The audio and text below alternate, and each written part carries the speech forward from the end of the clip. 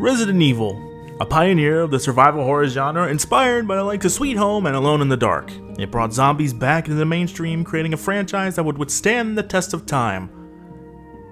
But it wasn't always smooth sailing like it is now. Take it from me, someone who watched the series slowly turn into a QTE-filled third-person action game with zombies in the background.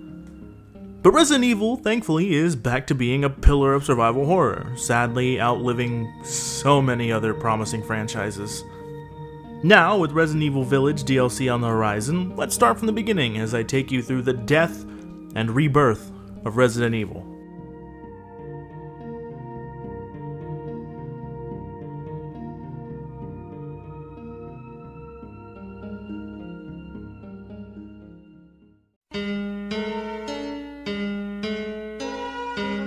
Resident Evil started its conception in the far-off year of 1993 when producer Tajiro Fujiwara set out to create a remake of his 1989 game Sweet Home, a survival horror RPG released for the Famicom. With development being led by Shinji Mikami, the game went through several redesigns with the initial release planned for the NES. Then, in 1994, development shifted towards a fully 3D first-person PlayStation game, and then shifted again to a third-person game. It's the granddaddy of them all, with its tense and eerie atmosphere, iconic setting, fixed camera angles, zombies, puzzles, and bioweapons. And who could forget those FMV cutscenes and wonderfully cheesy voice acting? Oh, Barry! That was too close. You were almost a Jill sandwich. You're right. Barry, thanks for saving my life. I can't really say anything about it that hasn't been said before, so I'll just say it's a great experience, and if you think the original doesn't hold up, then it has an amazing remake that came out in 2002 and is, in my opinion, the best remake ever made. The game was expected to sell around 200,000 copies, but surprised everyone and went on to sell millions, and went on to get ports to the Sega Saturn, Microsoft Windows, even a questionable Game Boy Color port. Yeah, that could be a whole video on itself. In fact, Capcom had such high hopes for Resident Evil that a follow-up was greenlit and started production just 1 month after the game was completed. That game was, of course, Resident Evil 2. Resident Evil 2 was directed by Hideki Yamiya and started life as a drastically different game from the final product. Producer Shinji Mikami himself later dubbed the early build as Resident Evil 1.5. The main characters were police officer Leon S. Kennedy and Elza Walker, a motorcycle racer and college student. However, the game was not going to live up to Mikami's standards in time for its planned 1997 release. So, development was scrapped at about 80% completion. Resident Evil 2 improved upon the original with 2 playable scenarios that crossed paths with different weapons, enemies, puzzles, and bosses. Of course, there was also the introduction of iconic enemies like William Birkin, the Lickers, and Mr. X, a tyrant that stalked the player, which isn't crazy nowadays, but back then, if you left the room, it unloaded, and so did the enemy, so they couldn't follow you. Except for Mr. X, who would just bust through walls and doors, scaring players half to death. Plus, he was unkillable. You could knock him down if you wanted to use your limited ammo to do so, but he would eventually get back up.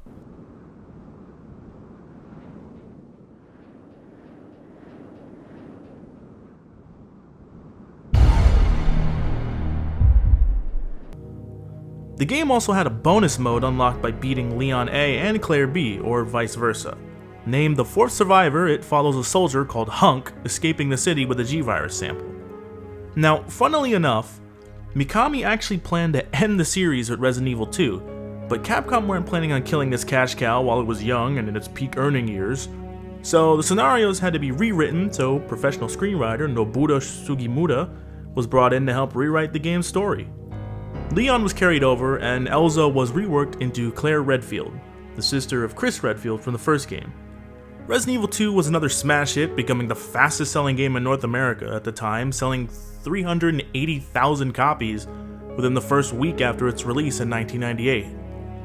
Another smash hit survival horror game, so of course work started on what I would like to call the Raccoon City saga, and it continued into Resident Evil. Capcom went ham on Resident Evil after the success of Resident Evil 2, starting production on several Resident Evil projects. Hideki Kamiya was slated to direct the next main installment, Resident Evil 3.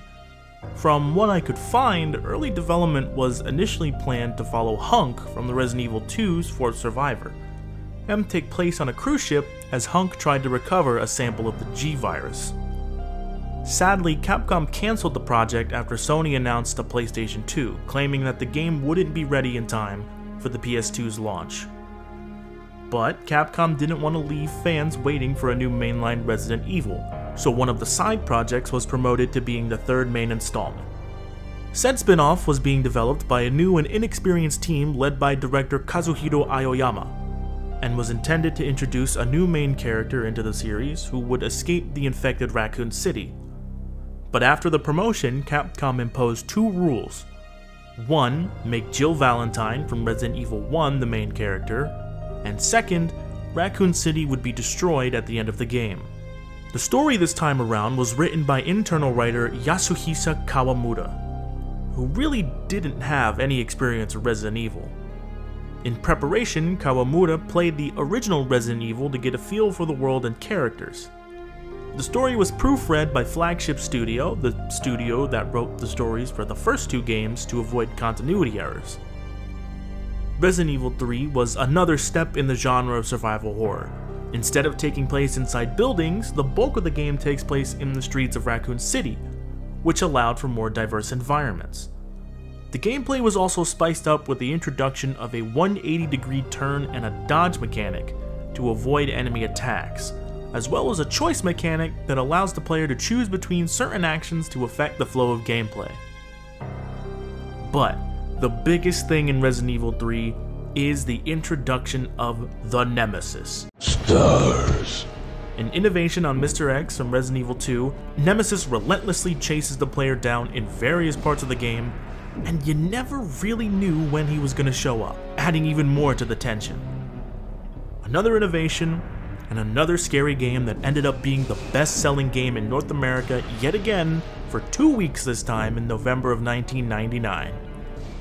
But the series would have to evolve as it moved into the 2000s, taking a bit of a turn to keep up with the times. And that would be reflected in Resident Evil 4. While Aoyama and his team were working on Resident Evil 3, Kamiya and his team were already working on Resident Evil 4, set to release for the PlayStation 2. You know, it's at this point that I'm starting to notice that every game thus far has had a troubled development, and that couldn't be more true for Resident Evil 4. Development started in 1999 and would take 6 years to complete. At least 4 versions of the game were made and scrapped throughout development. Kamiya had the idea to make the game cooler than the previous installments as a stylish action game. This early version of the game centered around the protagonist Tony, a man with superhuman augmentations.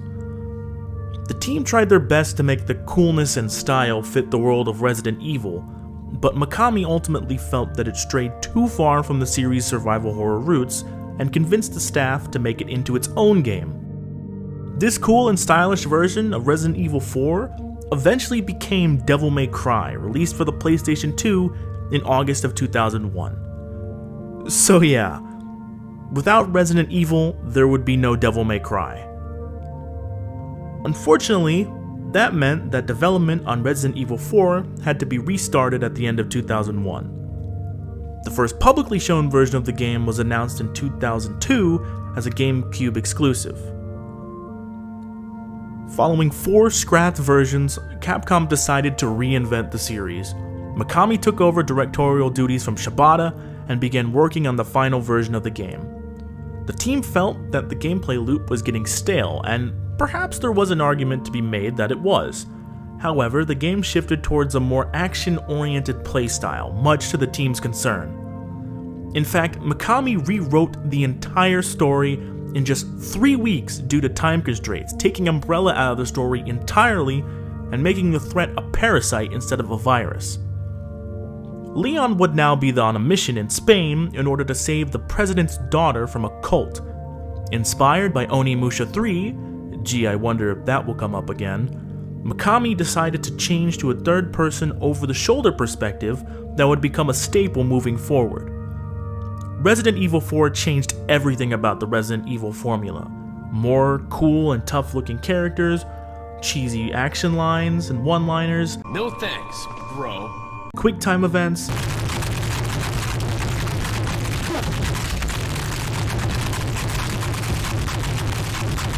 and more focus on action than horror.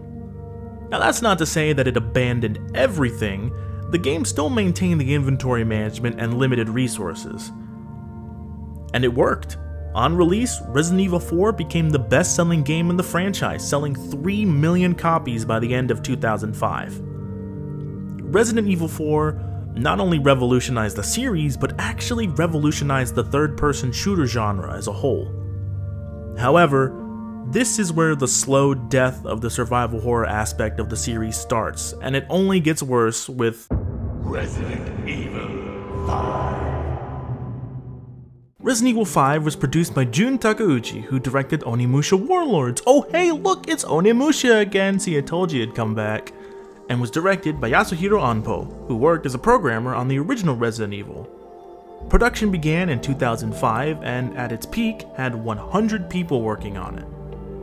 The story was written by Haruo Murata and Yoshiaki Hirabayashi, based on an idea by concept director Kenichi Ueda. Takeuchi later announced that the game would retain the gameplay model introduced in Resident Evil 4. You know, here's a cool fact about Resident Evil 5. It's the fact that most of the game takes place during the day, unlike the previous installments that all took place at night. That's not important to the narrative I'm telling, I just need to say something good about this game before what happens next. The game follows Chris Steroids Redfield, who now works for the Bioterrorism Security Assessment Alliance, or BSAA for short.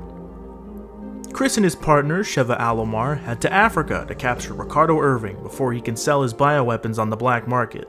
But on their arrival, they find out that the locals have been infected with Las Plagas, the same parasites from Resident Evil 4, and chaos ensues. Which sounds scary, right?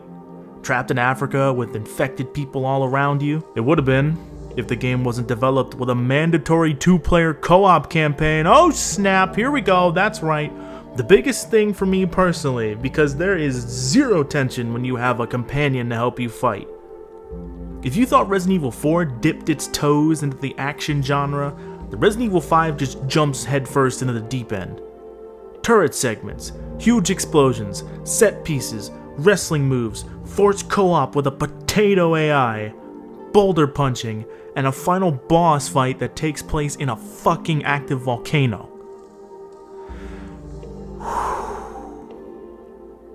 Now with that being said, I don't hate Resident Evil 5. In fact, I think it's a very fun action game. But it's the farthest from survival horror in the entire series so far. It's only worse when you realize that Dead Space came out a year earlier in 2008, showing that survival horror could still work and be terrifying if done correctly. Regardless of how I feel though, Resident Evil 5 was a success, and the sales reflected that, as it was the best-selling game in the franchise at the time, selling 7.3 million copies total. And I'm sure you've noticed a pattern by now, that Capcom sees the sales and decides that the only way to make those sales improve in the next installment is to one-up the action every time. And it only gets worse and proves my point when you play Resident Evil 6.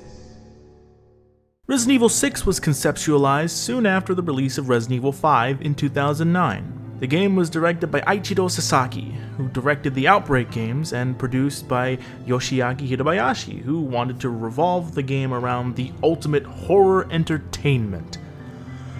Good grief, here we go.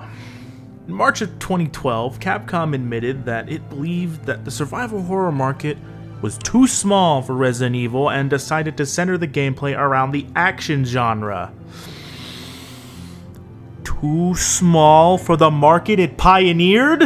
Okay, let's see where this goes. The story of the game is a little bloated, to say the least. You remember how Resident Evil 2 had 2 scenarios that crossed paths at certain points? Well, Capcom decided to double down on it and give Resident Evil 6 4 different scenarios. Oh, and all of them are mandatory 2-player co-op, so you have a grand total of 6 characters to follow.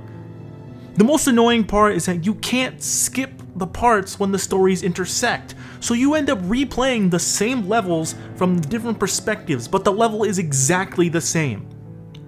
Speaking of 6 characters, it's a who's who of returning characters.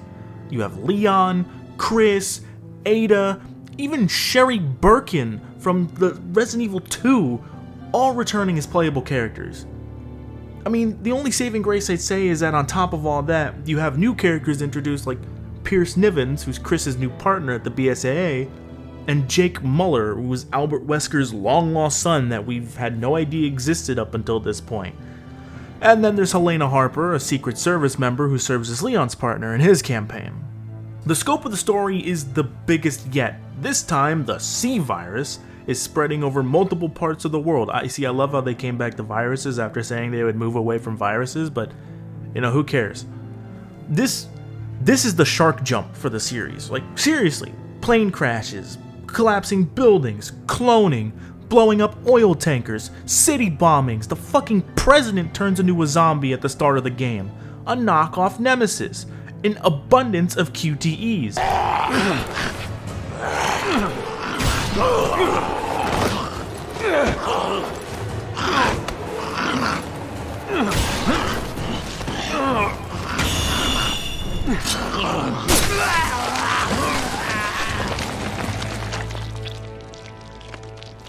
Ammo and heals around every corner, and a man turning into a fucking T-Rex.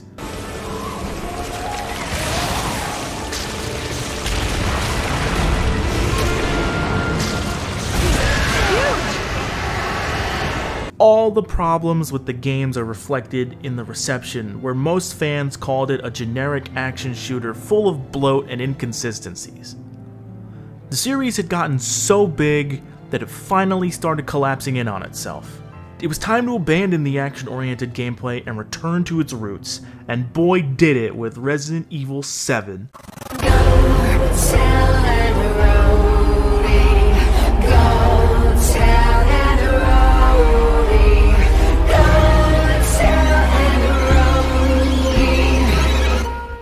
Here we are at last, the rebirth of Resident Evil. Following the mixed release of Resident Evil 6, Capcom held internal discussions regarding the direction to take the next installment. An early build in 2013 retained the action-oriented gameplay from Resident Evil 6 and took inspiration from the Evil Dead of all things. Groovy. Not gonna lie, I kinda wanna see what that would have looked like.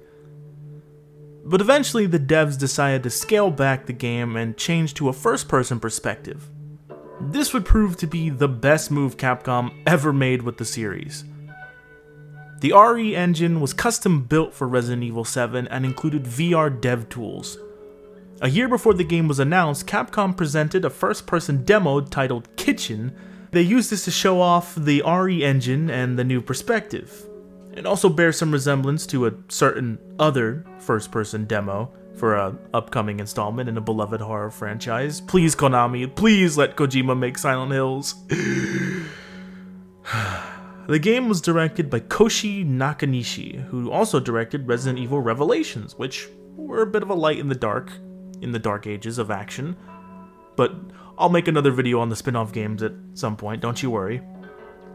For the first time in series history, the story was written by a Westerner, Richard Percy. The biggest shift being the main threat changing from parasite, or virus, to a fungus. The team put a lot of detail in development too. They even went as far as to make the creature models out of actual raw meat and scanned it in with photogrammetry.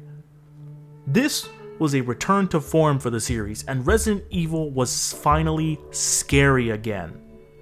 Getting chased down by molded monsters and crazed hillbillies in the middle of a swamp in Louisiana feels like a horror movie from the 90s. Top it all off with great gunplay, puzzles, and the chilling rendition of Go Tell on Roadie, and you got yourself the best-selling game in the franchise with 2.5 million copies sold mere days after release in 2017. Resident Evil is back, and better than ever at this point. If you made it this far, thank you for watching. Resident Evil is one of my favorite franchises, and I'm glad it's back on the upswing. I know saying that the series died is a bit dramatic, but it definitely strayed from what made it famous. Anyway, if you enjoyed the video, leave a like and tell me what you think about the series as a whole in the comments, and subscribe for more content. I'm the Wildcard, and I'll see you next time.